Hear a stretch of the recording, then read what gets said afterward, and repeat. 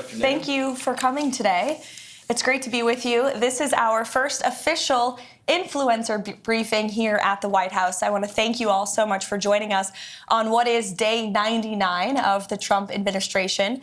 And as I promised, as my first briefing as press secretary back in January, the Trump White House will speak to all media outlets and personalities, not just the legacy media who traditionally has covered this institution.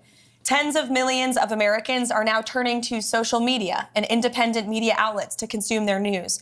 And we are embracing that change, not ignoring it. It's well past time that the White House press operation reflected the media habits of the American people in 2025, not 1925. And thanks to President Trump, a select group of D.C.-based journalists no longer have a monopoly over press access here at the White House. All journalists, outlets, and voices have a seat at the table now, and you being here today for this briefing proves that. Today officially marks the 99th day of promises made and kept by President Trump. Our primary focus today is how President Trump has fulfilled one of his central campaign promises to the American people in record time, ending the massive illegal invasion and securing our nation's southern and northern borders. As we know, Joe Biden allowed millions of criminal illegal aliens to pour into our country over the past 4 years. And as we all know, a significant number of those aliens have been vicious gang members, murderers, rapists, and pedophiles. Innocent Americans like Laken Riley, Jocelyn Nungray, Rachel Morin, and many others have been murdered because of Joe Biden's open border. President Trump made a promise to the American people, to all of you, and your audiences, to end the carnage and keep our country safe. And he has overwhelmingly delivered on that promise.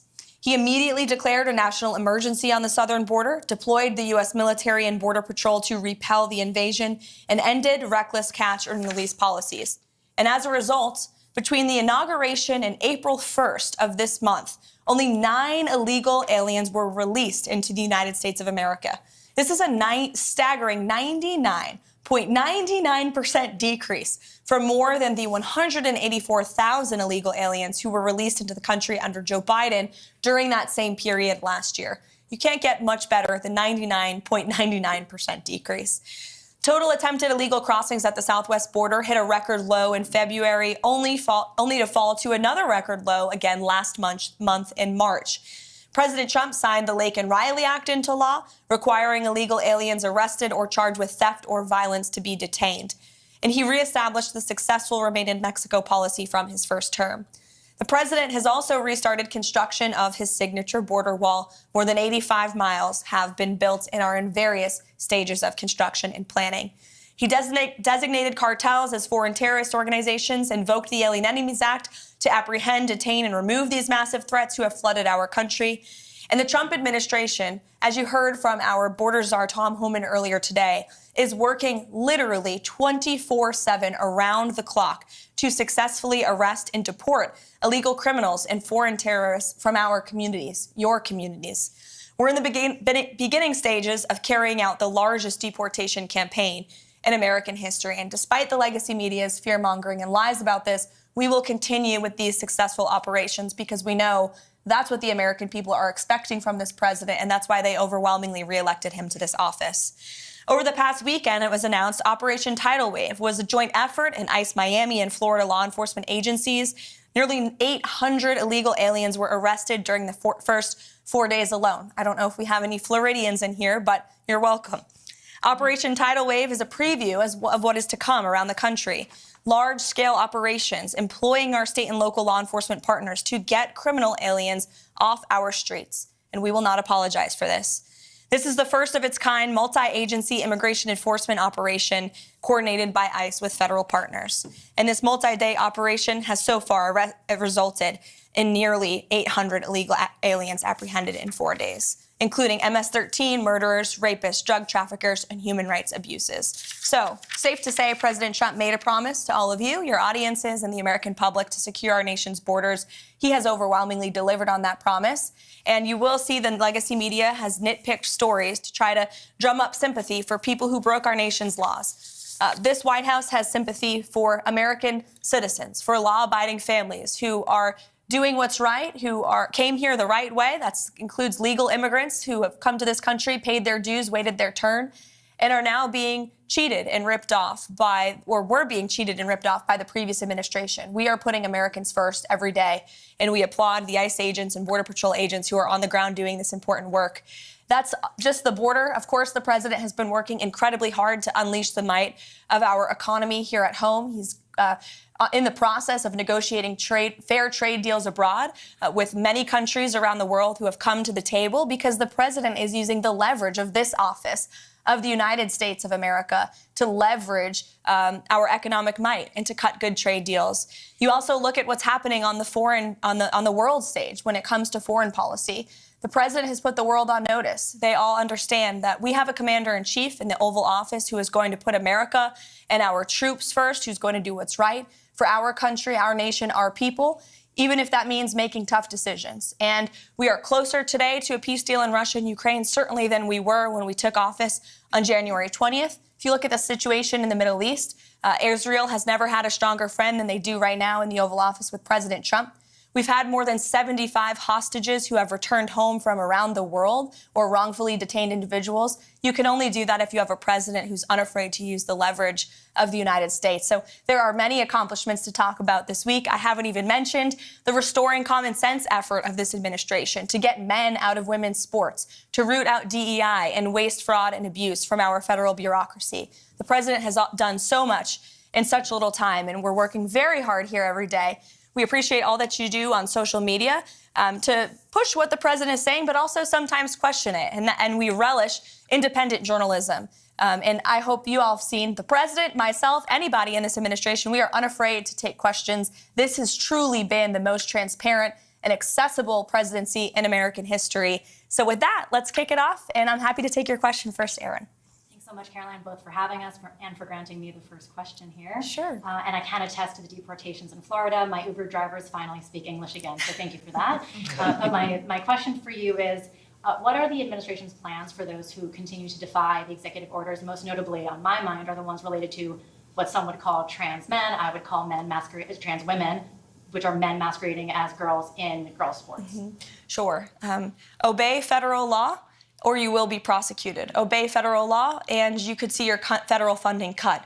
Whether you are a college or a university, we have seen the president, again, using the leverage of this administration and to negotiate deals with some of the biggest colleges and universities in this country. And if they don't want to come to the negotiating table to apologize for the federal laws they have broken, to apologize for allowing Jewish American students on our nation's campuses to be unlawfully bullied and harassed, then there's going to be consequences for that illegal behavior.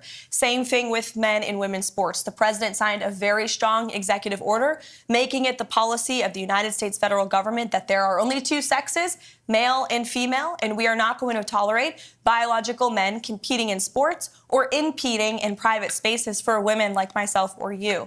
And we've seen states defy this federal order. You've seen the state of Maine, unfortunately, because of their liberal governor, who nobody in that state disagrees with, I will add, being from New England, I can attest to that.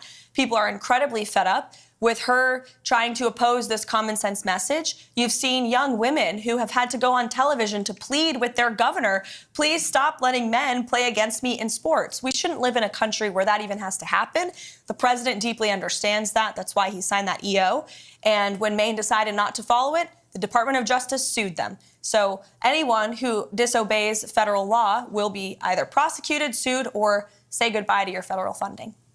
Sure. How about to the back in the red tie? Hi.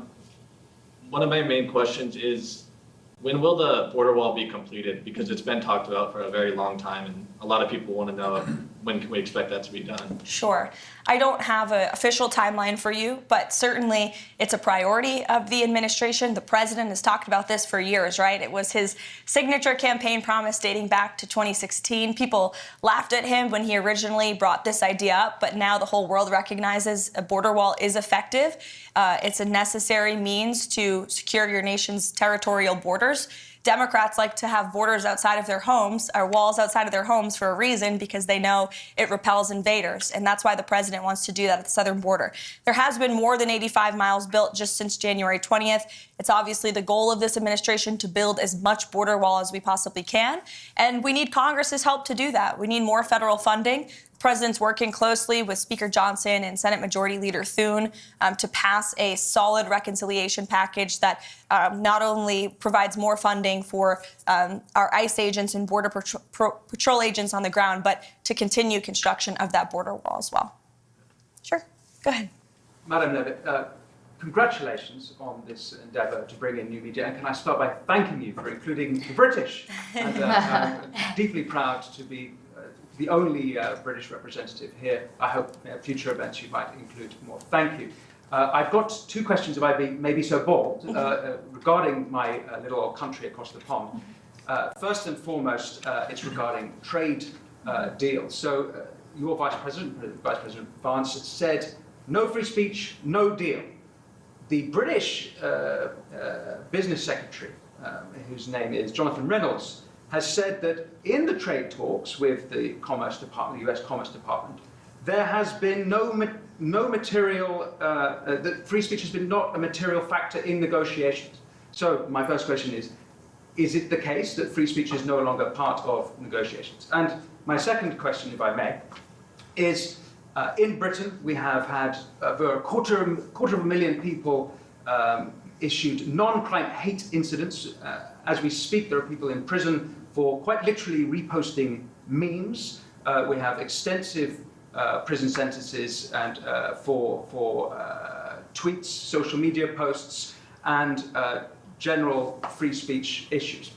Would the Trump administration consider political asylum for British citizens in such a situation? Well, to your latter question, it's a very good one. I have not heard that proposed to the president, nor have I spoken to him about that idea, but I certainly can and talk to our national security team and see if it's something the administration would entertain. Yes, please. To your first question about free speech in the United Kingdom, the vice president has been incredibly outspoken about this for good reason. And the president has spoken about this as well directly with your prime minister when he was here for a visit to the White House.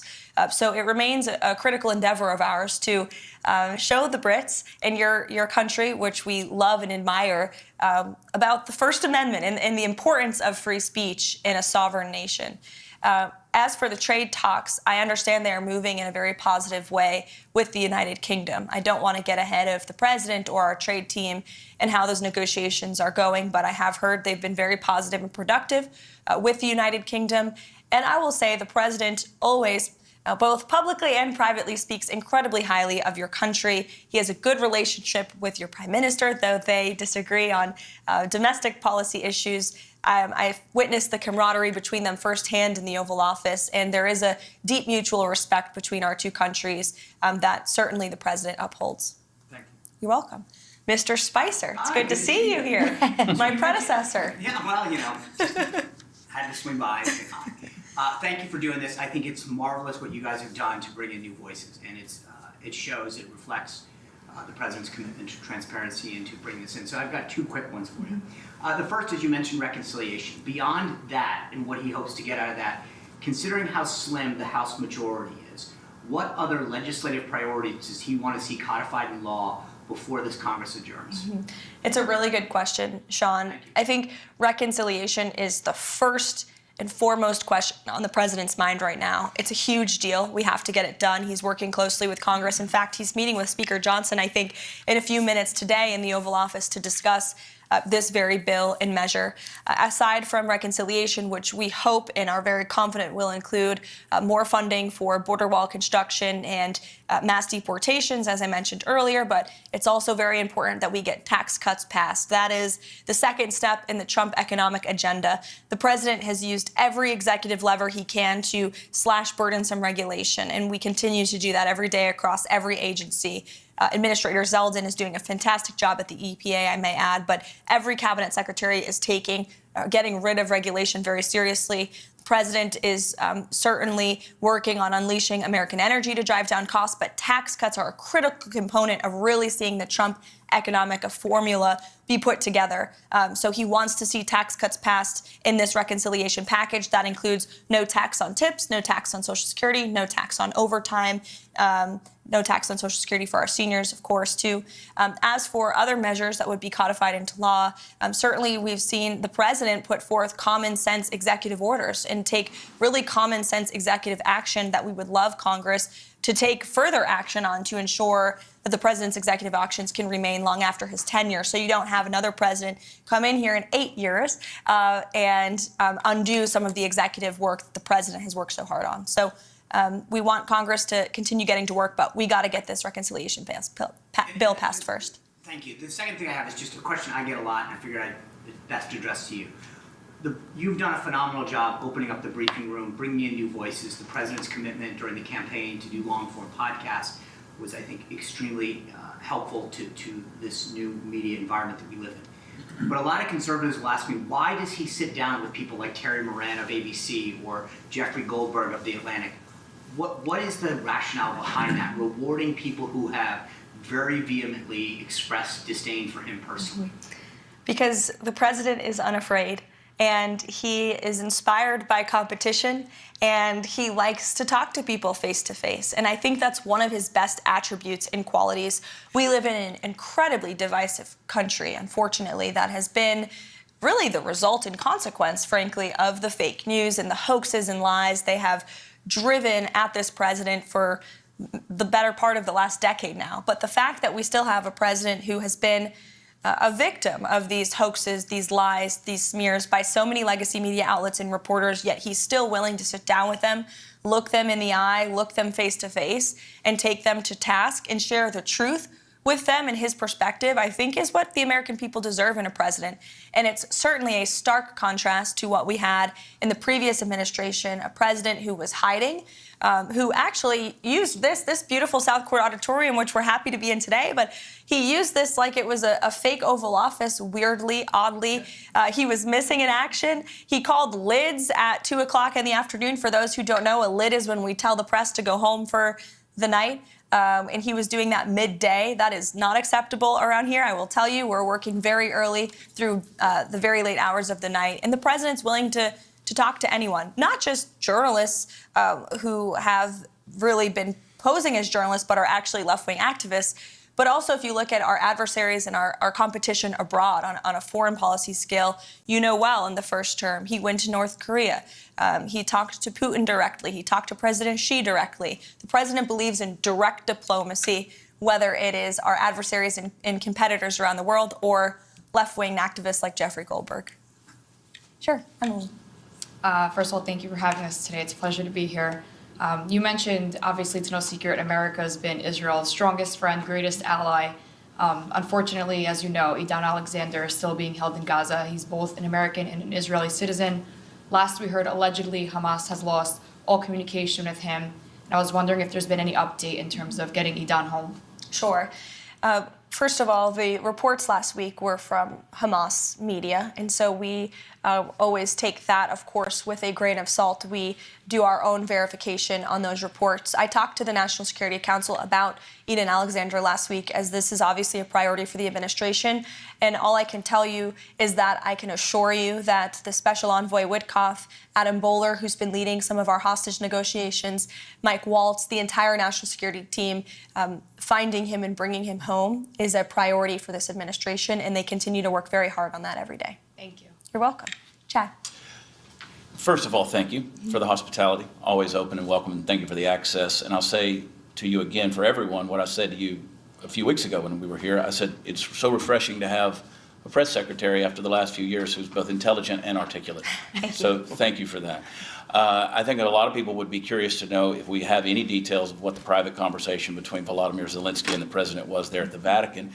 I imagine that we don't know at this stage in the game, but more specifically, back to the border issue, the DOJ stated on Friday that they were floating the idea of potentially subpoenaing journalists to get access to whistleblowers. We know the last administration did not treat whistleblowers very well. There's numerous ones who although still employed by the FBI or the DHS, have not received back pay and haven't truly, they've been employed, but they're not reinstated. So I'm wondering, does this administration have, do they believe that we should reinstate the whistleblower, like Agents Garrett or O'Boyle or Friend or, Stevenson with DHS, who blew the whistle on the child trafficking involving the cartels under Joe Biden? He too is yet to be brought back. Do we have a position on that? Sure. Well, for each individual agency, the secretaries of those agencies obviously have deference over who they hire, who they fire, who they promote.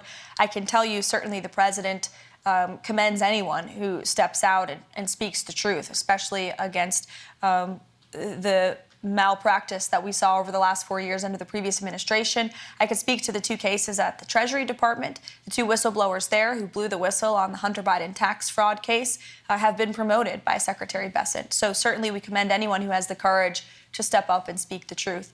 And as for those who unfortunately try to leak, especially classified information to the legacy media to put our troops in harm's way, our law enforcement officials at harm's way, leaks like that will not be tolerated. But those who are seeking to protect the truth will certainly be commended and applauded for that. Sure. Rogan, go ahead. Hi, Karoline. Good to see you again. Great to see you as well. Great job this morning, and as always, you're really crushing it.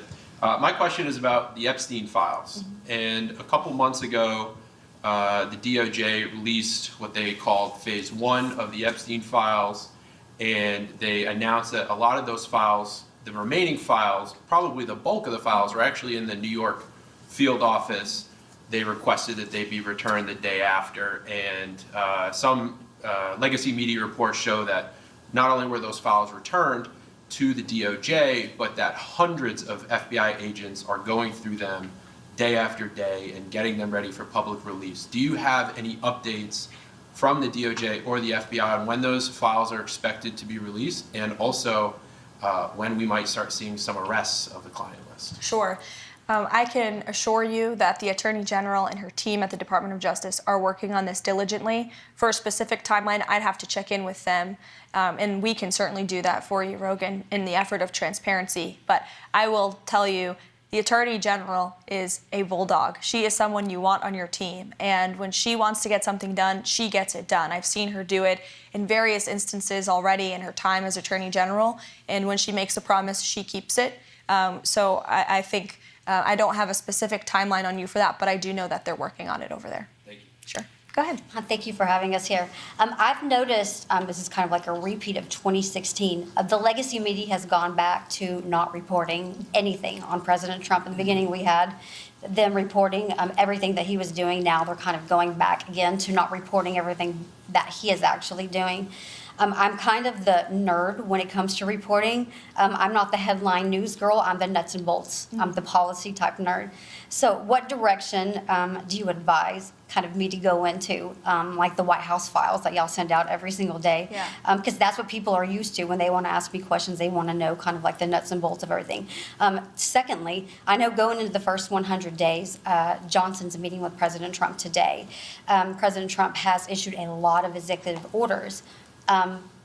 What about codifying? Is that going to be a conversation President Trump is going to have with him about possibly a timeline of just taking them from EOs into codifying them, into making them permanent, so we don't have another president that comes in, possibly a Democrat, that completely overturns everything that President Trump has done? Yes, as I spoke to Sean's question earlier, absolutely. We want Congress to get to work. First thing is the reconciliation package, like I said, border and tax cuts. That's on the president's mind. But of course, he wants to see Congress move to codify all of the incredible things and work that he's done via executive order.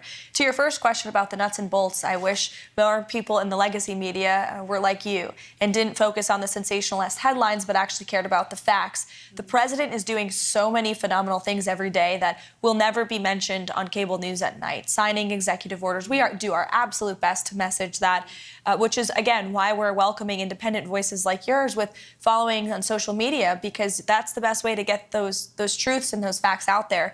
We put out fact sheets on the daily about what the president is signing, and they do get into the nuts and bolts of each and every policy and each and every executive action that he's taking. He's signing 3 phenomenal executive orders today. I will share a preview with those with you on those. One of them is an executive order focused on sanctuary cities. It will direct the Attorney General, Pam Bondi, to provide a list of sanctuary cities back to the administration. We will review those. If those sanctuary cities are breaking federal law, well, then the Office of Management and Budget is going to look at their federal spending. Again, if you're defying federal law, you are threatening your own federal spending by doing that. There is another executive order the president will sign tonight. We can provide the fact sheet for you on ensuring law and order and ensuring that federal law enforcement and local law enforcement can work together and communicate more easily. And then the third executive order, which actually speaks to the heart of your question earlier about the Uber drivers, will be a order directing the Department of Transportation to include English literacy tests for our truckers. This is a big problem in the trucking community that, unless you're in that community, you might not know. But there's a lot of communication problems between truckers on the road with federal officials and local officials as well, which obviously is a public safety risk. So we're going to ensure that our truckers, who are the backbone of our economy, are all able to speak English. That's a very common sense policy in the United States of America. So the president will be signing that later this afternoon. Thank you. Yeah, you're welcome. To the back in the yellow tie. Thank you, Karoline. President Trump has recently made statements about eliminating the federal income tax and creating the External Revenue Service. When could we see that start to play out? Well, I will tell you, this is something the Secretary of Commerce and the Secretary of Treasury are both equally as excited about, as is the president. And, you know, there's many reasons for the tariffs the president has implemented and the trade deals that he is currently negotiating. Number one, we need to shore up our critical supply chains here at home. Number two, we need to increase our revenue here in the United States. We are running trillions of dollars of deficits. Our country will cripple if we continue down this path. And so how great it would be for the external revenue to completely replace the Internal Revenue Service. So I know the administration is focused on the External Revenue Service, getting that up and running. And as you know, Customs and Border Protection is charged with bringing in the money from tariffs every day. And they are bringing in billions and billions of dollars per day with the current tariff rates and where they are at. So we will continue with that effort. I think I went around the room. Oh, no, one more in the back. All good. So we know President Trump has been a champion for the 2A ever since he got into office, both times. My question is, do we see anything, is there any ongoing efforts for national reciprocity so we can carry in all 50 beautiful states? This is something the president talked about on the campaign trail for sure. We need Congress to do it. But the president will always support our law-abiding gun owners, and as you mentioned, is a ardent supporter of the Second Amendment. It's more important now than ever as we see violent crime rates in our inner cities. I've said this repeatedly over the past 4 years. The Second Amendment was never more important than when we had an illegal immigrant crime epidemic spiking in this country. Law-abiding Americans have a constitutional right to defend themselves, and the president absolutely supports that. But to national reciprocity, we do need Congress's help on that one. So thank you, guys. It's so good to see you. I could go around the room all day, but unfortunately, there's work to be done. Thank you for coming to our very first influencer briefing to kick off the first 100 days of the Trump White House. It's great to see you all here, and thanks for what you do. Thank you. Thank you. I'm going to walk off.